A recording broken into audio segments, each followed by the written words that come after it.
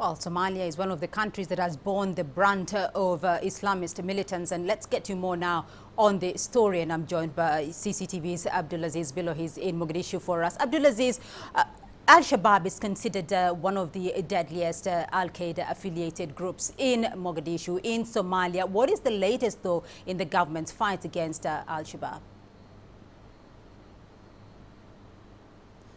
Well, Beatrice, as of yesterday, African Union forces and the Somali military pushed back the militant group Al-Shabaab from 4 rural villages in the Middle Shabelle region. Now, that is outside of Mogadishu, where AMISOM and Somali government feel that they're exerting more pressure on the militants and that they're seizing more grounds in the past couple of months. Here in the capital, Mogadishu itself, the Somali police force has, and also the intelligence, they have beefed up security, and actually they've managed to arrest dozens of militants in exercise operations, rather, that normally take place at night. Now, the security situation of the capital here is relatively safe at this stage. But one thing that we have noted in the past few days is that both the police and the intelligence, they've managed to foil quite a number of deadly attacks that were the authorities are saying were actually planned on civilian populated areas. Now, the intelligence and the police have managed to seize almost a dozen vehicles, all of them laden with improvised explosive devices. So authorities say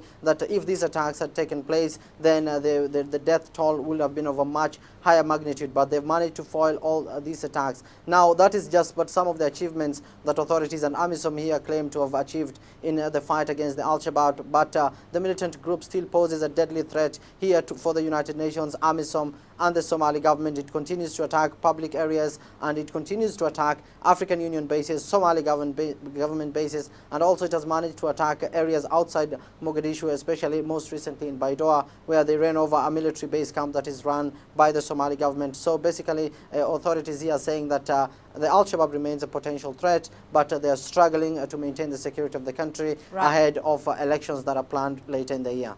Al-Shabaab remains a major threat for Somalia and the wider region, though, and of course they are now affiliated to Al-Qaeda, but there are concerns as well that some of their fighters may be joining ISIL. What do we know about that? What can you tell us?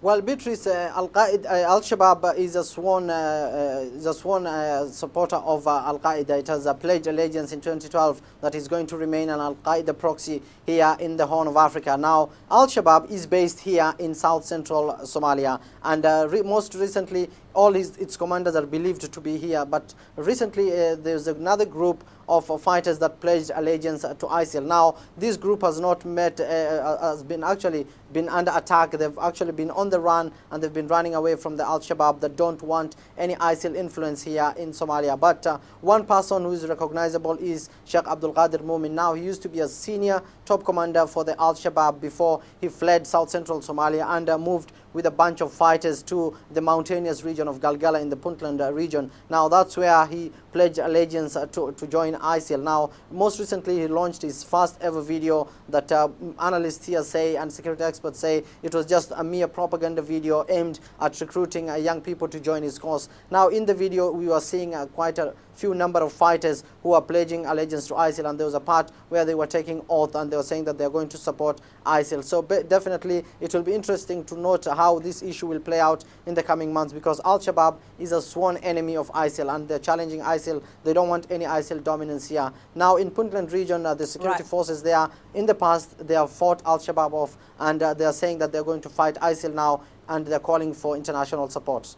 Right, Abdulaziz Billow for us there on that situation in Somalia.